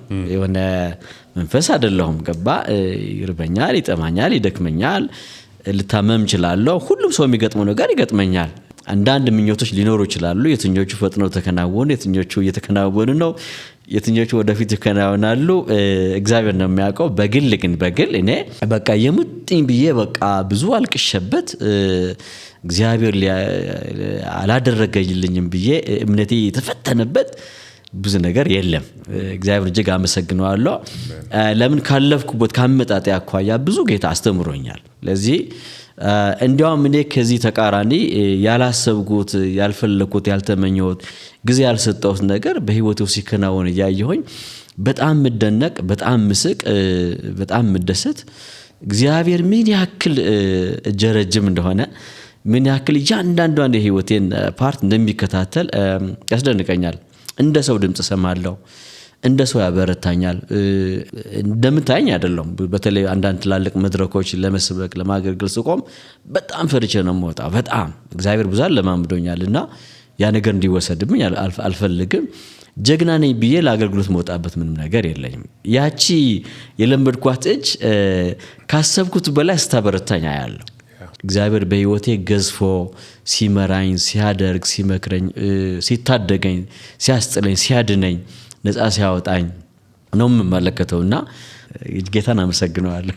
አሜን። ይሄ የሚገርም መረዳት ነው። ምክንያቱም በህይወታችን ያለፍናቸው መንገዶችን ያሳለፈው እግዚአብሔር እንደመሆኑ መጠን ኦኬ ዛሬ የሚመጣው በህይወቴ ከትላንትናው አያልፍም። ትላንትናን ያሻገረኝ እግዚአብሔር ዛሬንም ያሻግረኛል፣ ነገዬንም ያውቀዋል ብሎ ማሰብ በጣም ትልቅ መረዳት ነው ብዬ አስባለሁ። ምክንያቱም ብዙ ጊዜ በህይወታችን እግዚአብሔር ያደረገውን እንረሳና ምንፈልገውን ብቻ ነው የምንናገረው። እሱ ያደረገው ነገር ያሳለፈን ጎዳና በጣም ብዙ አለ፣ ቢዘረዘር ማያልቁ። እንዴት ነው ያለፍኩት ምንላቸው የህይወት ውጣ ውረዶች፣ የህይወት ጎዳናዎች አሉ፣ ያለፍናቸው ነገሮች። ያለፍነው በእግዚአብሔር መሆኑን ረሳና በራሳችን ያለፍን ይመስል ዛሬ ለእግዚአብሔር እንጠረጥረዋለን። ነገ የሚመጣው ነገር ያሰጋናል። ነገር ግን በጣም ዋይዝ የሆነ ሰው ኦኬ ትላንትና እኮ እንደዚህ አሁን አንተ እንዳልከው በልጅነት ጭምር እግዚአብሔር ከሞት እንዳተረፈ በብዙ ጎዳና እንዳሳለፈ ዛሬን ደግሞ እግዚአብሔር እንደዚህ ያስቀጥለኛል ብለን እንድታምን እንዳደረገ ያለፍናቸውን ጎዳናዎች ያለፍነው በእግዚአብሔር እንደሆነ ስናውቅና ስንረዳ ያሁኑን ደግሞ እግዚአብሔር እንደሚያሻግረን ነገንም እግዚአብሔር ደግሞ በቁጥጥሩ ስር እንዳለ እንድናምነው በሱ እርግጠኞች እንድንሆን ያደርገናል። ይሄ በጣም ትልቅ መረዳት ነው። እግዚአብሔር የተመሰገነ ይሁን። ፓስተር እንግዲህ ከልጅነት ጀምሮ የሆነ ስውር እጅ አለ ከሞት የጠበቀኝ የታደገኝ፣ ከዛ ደግሞ ትክክለኛው መስመር ላይ ሆኜ እሱን እንድከተለው ያደረገኝ የጌታ እጅ አለ ብለሃልና እንግዲህ የጌታ እጅ ዞሮ ዞሮ ይመጣና የጌታ ኢየሱስ ክርስቶስ ተከታይ የዘላለም ሕይወት ዋስትና ያለው ሰው የዳነ ሰው እሱን የሚያገለግል ባሪያው እንድትሆን አድርጓልና ይህ የምትከተለው ደግሞ ወደኸው የምታገለግለው እንደ ሰው ያናገረኛል የምትለው ጌታ ኢየሱስ ክርስቶስ ላንተ ማን ነው?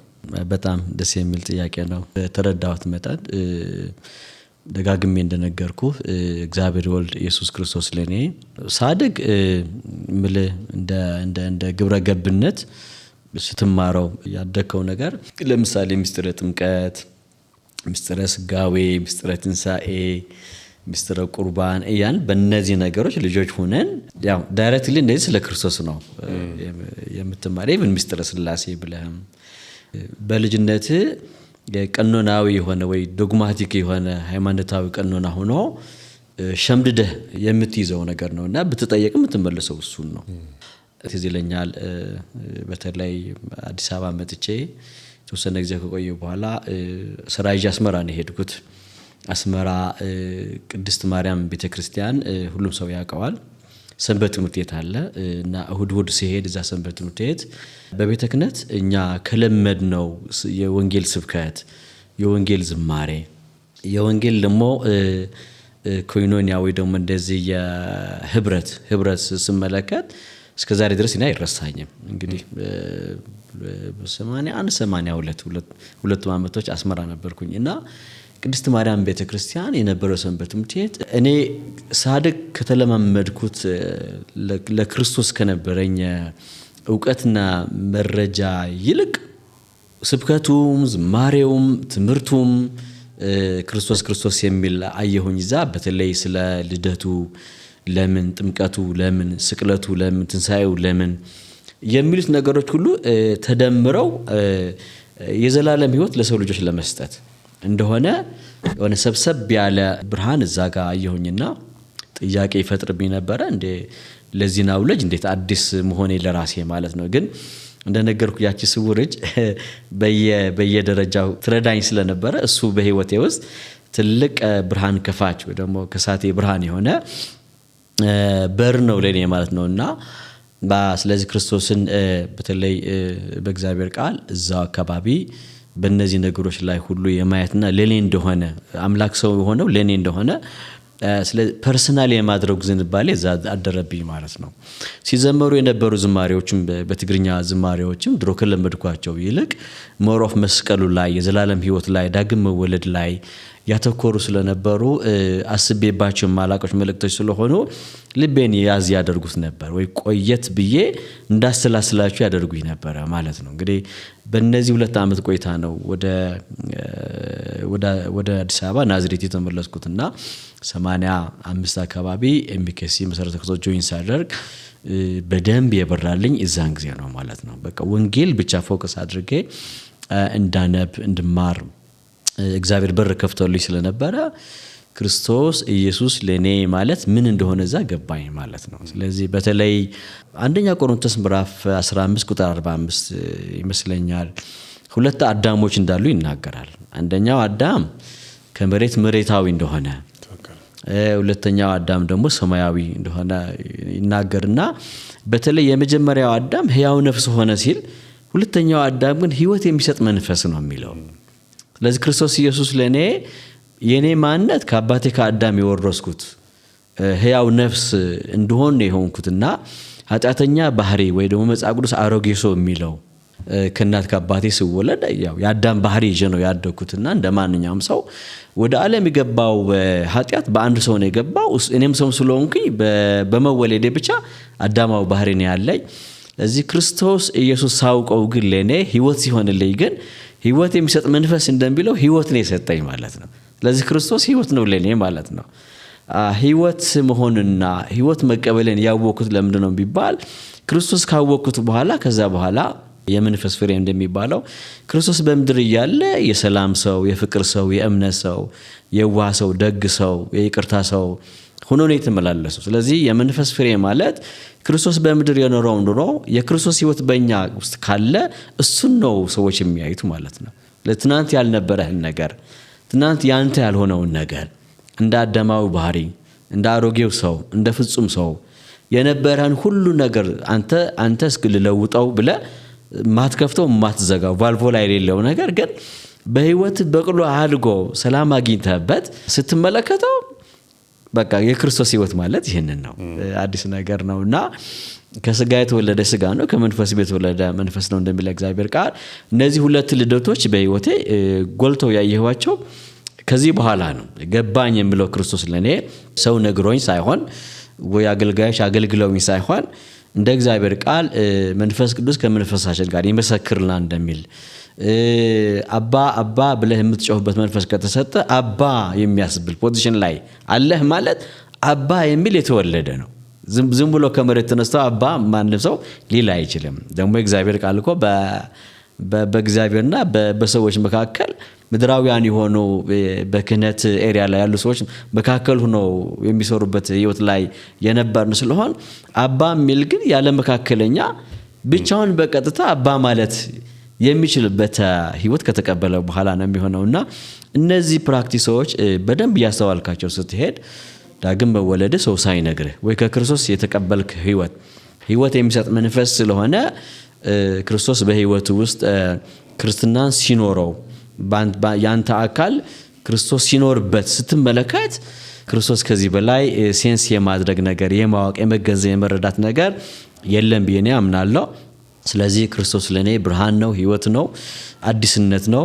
መጽሐፍ ቅዱስም እንደሚናገረው በተለይ ሮሜ ምዕራፍ 8 ቁጥር 1 በክርስቶስ ያሉት ኩነኔ የለባቸውም ሲል ለምንድን ነው ግን ኩነኔ የለባቸው? ለምን ፍርድ የለባቸው? ለምን ፔናልቲ የላቸውም? ለምን የዘላለም ጥፋት አይጠብቃቸውም ብትል ዝቅ ብሎ ስራ ስለተሰራላቸው ነው ይላል። ስለዚህ ይሄ ምንድነው ስራው ብንል በተለይ ሮሜ ምዕራፍ 8 ያነበብን ስንቀጥል ከስጋ የተነሳ ስላልተቻለ ይላል። የህግ ስርዓቱ መፈጸም ማለት ነው። ከስጋ የተነሳ ስላልተቻለ ይላል። እግዚአብሔር ግን የገዛ ልጁ ልኮ ይላል። እግዚአብሔር ግን የገዛ ልጁ ልኮ በኃጢአተኛ ስጋ ምሳሌ ነው የሚለው። ያ ማለት በዚህ ስጋ ምሳሌ ማለት ነው። ስለዚህ የማላውቀው አዳም ከክርስቶስ ልደት በፊት ኦልሞስት 4000 ዓመት አለው አዳም። የማላውቀው አዳም ኃጢአተኛ ካረገኝ ከእግዚአብሔር ከለየኝ ከእግዚአብሔር ጋር ህብረት እንዳይኖረኝ ካደረገኝ ባልነበርኩበት ዘመን ግን ምክንያቱ ደግሞ ባይ በርዝ በመወለዴ ብቻ በቃ የአዳም ልጅ ስለሆንኩ ብቻ ማለት ነው። እና የማላውቀው ኢየሱስ ደግሞ the same thing የዛሬ 2000 ዓመት በስጋ መጣ ማለት እንዲያውም መጽሐፍ ቅዱስ ይሄኛው አዳም ኃጢአተኛ የማድረግ አቅምና ጉልበቱ አለው አድርጎናል። ደግሞ ሁለተኛው አዳም ግን ከዛ ይበልጣል። የማጽደቅ አቅሙ በጣም ደስ ይለኛል። የማጽደቅ አቅሙ፣ ዳግም የውለድ አቅሙ፣ የእግዚአብሔር ልጅ የማድረግ አቅሙ፣ ወደ እግዚአብሔር ፍቅርና ጉያ የመመለስ አቅሙ አይወዳደርም። ያ አቅም ማለት ነው። እንዲያውም አንደኛ ቆሮንቶስ ይመስለኛል አይሁዶች ምልክትን ይሻሉ፣ ግሪኮች ደግሞ ጥበብን ይሻሉ፣ ለተጠራ ነው ግን ይላል። ለተጠራ ነው ለኛ ግን አይሁዶች ብንሆን ግሪኮች ምን ብንሆን ማለት ነው የእግዚአብሔር ኃይልና ጥበብ ክርስቶስ ነው ይላል። አሁን ይሄ ኃይል በህይወቴ ሲሰራ አግኝቼዋለሁ። ለምሳሌ ኃይል ስንል በፎርስ ወይ ደግሞ ካፓሲቲ ወይ ኤነርጂ የምንለው ነገር ነው። ለምሳሌ ምስማር በእጀዝ ጣውላ ላይ መክተት አልችልም። በመዶሻ ግን ምስማር ቀላል ነው አለ ሞር ፎርስ ያለው መዶሻው ነው ማለት ነው። ልክ ይህን ምሳሌ ውሰድና እኛን የማጽደቁ እኛን የእግዚአብሔር ልጅ የማድረጉ እኛ የክርስቶስ ህይወት በውስጣችን አድሮብን የእግዚአብሔር ልጆች የማድረግ አቅሙ ብቃቱ ይሄ ኃይሉ ክርስቶስ ነው ይለው የሚለው መጽሐፍ ቅዱስ። የእግዚአብሔር ኃይልና ጥበብ ግን ክርስቶስ ነው ይላል። ስለዚህ ክርስቶስ ለኔ የእግዚአብሔር ልጅነት ስልጣን የተቀበልኩበት ኃይሌ ነው፣ የእግዚአብሔር ጥበቤ ነው። እንደዚህ ስል ምን ለማለት ነው? አዳም በመወለድ የአዳም ስጋ የኔ ስጋ ከሆነ በመንፈስ የመወለድ ደግሞ የክርስቶስ ስጋ የኔ ስጋ ሆኗል አሁን ማለት ነው። ቢኮዝ በተለይ ጳውሎስ እንደሚለው ቅድም የጀመርኩት አለ ልጨርሰውና ምንድነው የሚለው? ከኃጢአት የተነሳ ከስጋ የተነሳ ስላልተቻለ ይላል። እግዚአብሔር ግን የገዛ ልጁን ልኮ ኃጢአትን በመስቀል ላይ ኮነነ ይላል። በክርስቶስ ያለው ምን ኩነኔ የለባቸውም። እግዚአብሔር በስጋ ኃጢአትን በመስቀል ላይ ስለኮነነው ኦልሬዲ የተኮነነ ነገር መልሶ እኔ ኩነኔው ሳይከተኝ ግን የተሰቀለው ስጋ የኔ ነው። ክርስቶስ አዳም የኔ ስጋ ከሆነ ይሄ ደግሞ የኔ ስጋ ነው። ይሄ ኃጢአተኛ አድርጎኛል፣ ይሄ ደግሞ አጽድቆኛል። ይሄ ገድሎኛል፣ ይሄ ደግሞ ያድነኛል። ይሄ ዘላለም ጥፋት ነው፣ ይሄ ደግሞ የዘላለም ህይወት ነው የሚሰጠውና እንግዲህ ይሄ ያደረገው እግዚአብሔር ነው። መጽሐፍ ቅዱስ ሮሜ ምዕራፍ 1 ላይ ሲጀምር ጳውሎስ ወንጌል የእግዚአብሔር እንደሆነ ይነግረናል። ወንጌል ስለ ልጁ እንደሆነ ይነግረናል። ወንጌል በቅዱሳት መጽሐፍ ተጽፎ ያለ እንደሆነ ይነግረናል። ወንጌል በነቢያት አፍ የተነገረ እንደሆነ ይነግረናል። ወንጌል ተስፋ እንደሆነ እንደነበረ ይነግረናል። ከ1 እስከ 5 ሮሜ ምዕራፍ 1 ስናነብ እነዚህ አምስቱን እናገኛቸዋለን። ወንጌል ስለ ልጁ ነው። ወንጌል የእግዚአብሔር ባለቤት አለው ማለት።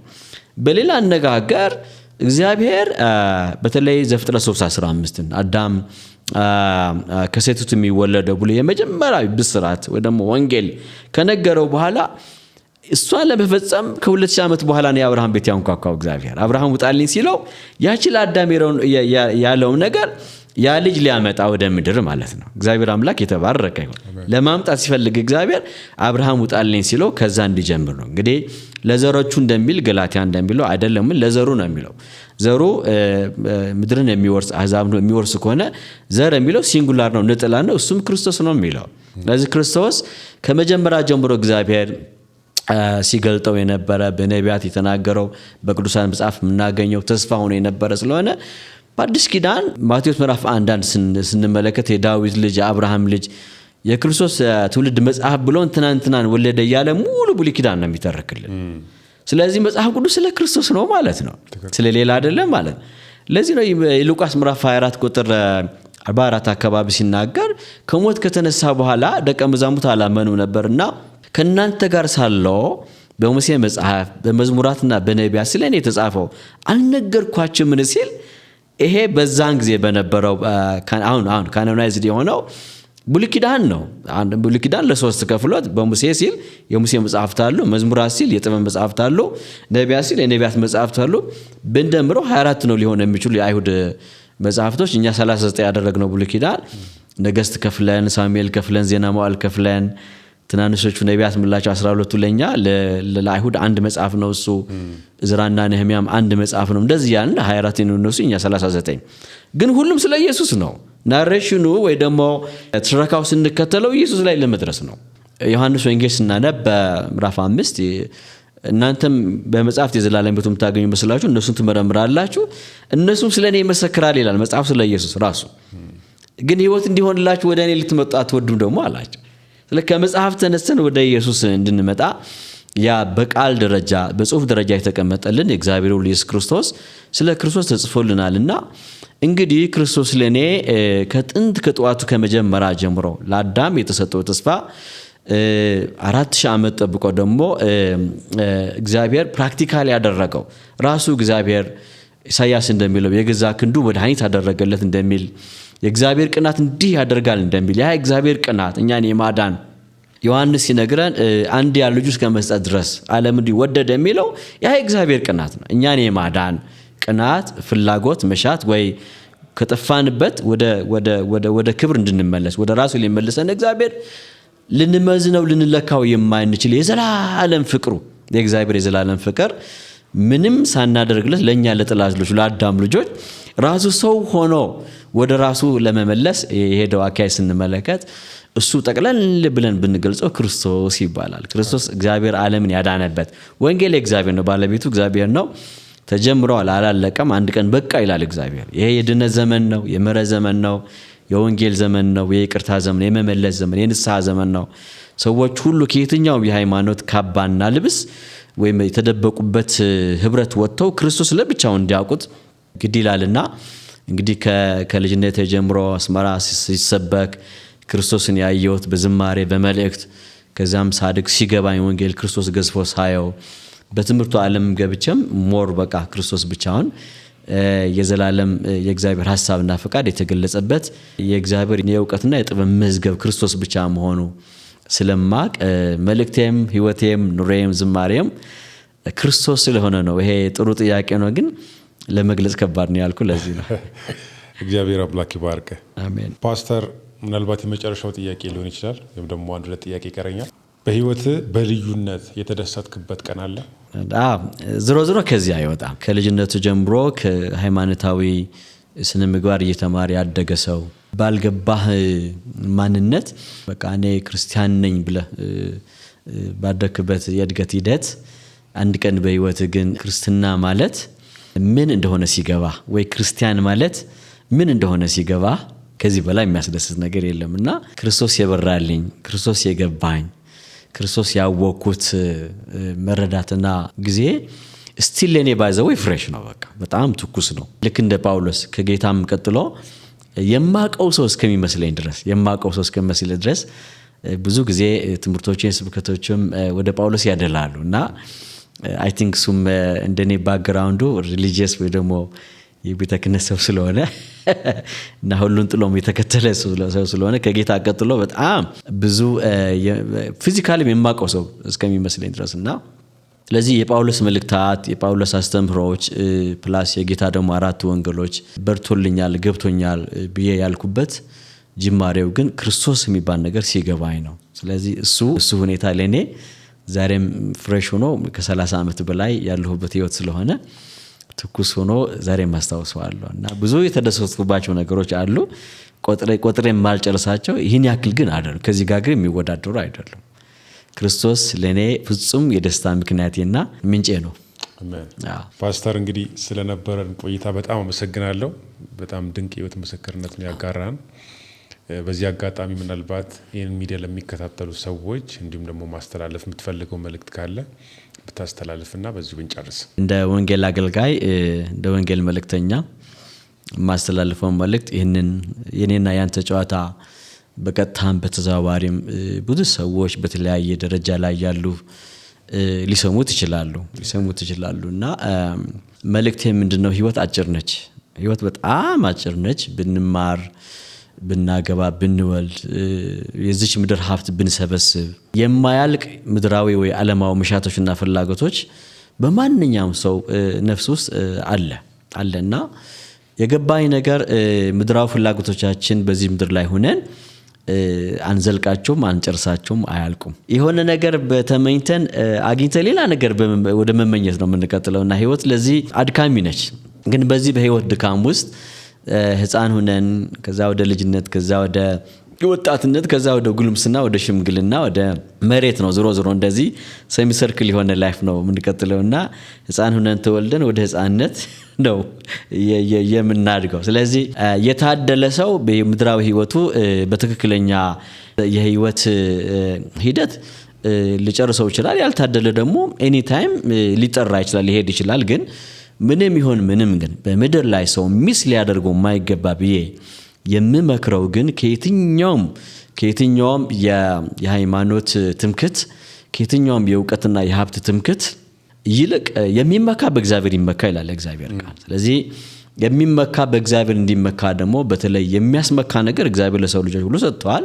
እሱ ደግሞ በልጁ በክርስቶስ ኢየሱስ እግዚአብሔር ለዓለም የሰጠውን የመዳን ወይ ዳግም የመወለድ የዘላለም ህይወት አግኝቶ የእግዚአብሔር የልጅነት ስልጣን ተቀብሎ በዚች ምድር የመኖሩ ውሳኔ ግን ማንም ሰው ሚስ ማድረግ የለበትም ብዬ አስባለሁ። የአዳም ልጆች ስለሆንኛ በአንድ ሰው ምክንያት ኃጢአት ወደ ዓለም ገብቷል። ይህንን ኃጢአት ደግሞ በምንም ነገር ሊነጻ ስለማይችል መድኃኒት እግዚአብሔር ልኳል። ኃጢአት በሽታ ከሆነ መድኃኒት ደግሞ እግዚአብሔር ልኳል። መድኃኒቱ ደግሞ ልጅ ኢየሱስ ክርስቶስ ነው። መድኃኒት መሆኑን የምናውቀው ገና ጌታ ሲወለድ እኮ ለዓለም ሁሉ የሚሆን መድኃኒት ዛሬ ሕፃን በቤተልሔም ተወልዶላቸዋል ብሎ ይሄ ቃል የመላእክት ቃል ነው። መላእክቶች የእግዚአብሔር አገልጋዮች ናቸው። ጌታ ሲወለድ የመሰከሩ ለዓለም መድኃኒት ተወልዷል ነው ያሉን። ስለዚህ መድኃኒት ሆኖ ነው የመጣው ኢየሱስ። እሱ ብቻ አይደለም፣ ለዮሴፍም የተነገረው ምንድነው? ስሙ ኢየሱስ ትለዋለህ ህዝቡም ከኃጢአታቸው ያድናቸዋል ብሎታልና ኢየሱስ ማለት አዳኝ ማለት ነው። ስለዚህ መላእክቶችን መድኃኒት እንደሆነ ነግረውናል። ለዮሴፍም የተነገረው የኃጢአት ስርየት ያለው ይህን መድኃኒት በመውሰድ እንደሆነ ነው የመሰከሩልን። ቅድስት ድንግል ማርያም እናታችንም አይኖቻችን ሁሉ ወደዚህ መድኃኒት እንድናደርግ ነው የመከረችንና ለሰው ሁሉን የምመክረው ለሰው ሁሉ ከየትኛውም የተደበቀበት መመከያ ካደረገው ነገር ይልቅ በህይወቱ ይሄ መድኃኒት መውሰዱ እርግጠኛ መሆን አለበት። በየትኛውም ቀን ሊሄድ ይችላል፣ ሊሰበሰብ ይችላል። የትኛውም ነገሩ ከምድር ይዞ አይሄድም። ከምድር ራቁታችን እንደመጣ ራቁታችን ነው የምንሄደው። ስለዚህ መሄዳችን ካልቀረ ለሰው አንድ ጊዜ ሞት ከዛም ፍርድ የተዘጋጀ ስለሆነ የማናመልጥበት ፍርድ እየጠበቀ ስለሆነ መጽሐፍ ቅዱስ በፍርድ ቀን ይላል። በፍርድ ቀን ላናፍር፣ ላንሸማቀቅ፣ አንገታችን ላንደፋ ቀና ብለን እግዚአብሔር አብ ልንመለከት የሚያስችለን ራሱ እግዚአብሔር ለድፍረትና ለትምክህት እንዲሆን በከፈተልን በር ብንገባና በከፈተልን መንገድ ብንሄድ ነው። ለዚህ ተመርቆ የተከፈተ አዲስና ሕያው መንገድ ወደ አብ የሚያደርስ በክርስቶስ ሥጋ በመስቀሉ በኩል የተፈቀደልን በር የተፈቀደልን መንገድ ገብተንበታል ወይ እየሄድንበት ነው ወይ የሚለው ነገር ሰው ሁሉ መጠየቅ ፈልጋለሁ። ስለዚህ ብልጥ ሰው በምድር ላይ ቤት ለመስራት እንደሚሮጠው ሁሉ በሰማይ ላይ ቤት ለመስራት ቢሞክር ጥሩ ነው። የሰማይ ቤታችን ኢየሱስ ክርስቶስን ይዞ መቆየት ነውና በዚች ምድር ላይ ክርስቶስ ኢየሱስ የእግዚአብሔር ነፃ ስጦታ የተላከላቸው ነገር ማወቃቸው እዛውስ መሆናቸው እርግጠኛ ሆነው እየተመኩ በእግዚአብሔር ሥራ እየተመኩ ቢቆዩ ላለውና ደስ ይያለ ነው ይሄንን የምናገረው። ታንክ ዩ። እግዚአብሔር አምላክ ይባርክ። ለሚሰማው ሁሉ ለመዳን የሚሆን ምስክርነት እንደሚሆን አምናለሁ። ጥሬን አክብረህ ስለመጣ ጌታ ኢየሱስ ይባርክ። ታንክ ዩ ሶ ማች። መምህርን ጠይቆ ከመምህር ደግሞ መልስ እየሰሙ መማር በጣም መታደል ነውና በጣም ተባርክ ያለው። ታንክ ዩ ሶ ማች። ታንክ ዩ አንተ ስለጋበዝከኝ አንተም በእንደዚህ አይነት አገልግሎት ላይ ስላገኘው የረጅም ጊዜ የአዲስ አበባ ባይብል ኮሌጅ ተማሪያችን ነህና ተማሪዎቻችን እንደዚህ ስናቸው በጣም ደስ ይለናል። ስናስተምራቸውም በህይወት ዘመናቸው ጌታን አገልግለው እንዲያልፉ ስለሆነ እንደ ኢንተሌክቹዋል ሁሉንም ትተ ለዚህ ለአዲስ ኪዳኑ የእግዚአብሔር አገልግሎት እንዳገለግል ብለ ራስ መስጠት ጌታ ስለጠራ የጌታ መንፈስ ውስጥ ስላለ የከበረ አገልግሎት መሆኑ ደግሞ ስለበራልህ ስለሆነ ዝም ብለህ አይደለም እንደዚህ ሆንኩ ያለው ስላንተም ስለ አገልግሎትም ደግሞ እግዚአብሔር ቤትም ስለሰራልህ ማለት ቤተሰብ ስለመሰረት ቤተሰብ ስለመሰረት አንተ ብቻ ሳትሆን ቤትህንም የእግዚአብሔር አገልጋይ ሆኖ ስላየሁት ደስ ይለኛል። እግዚአብሔር ይባርክ። በነገር አንተና ቤት እግዚአብሔር ይባርክልህ። አሜን።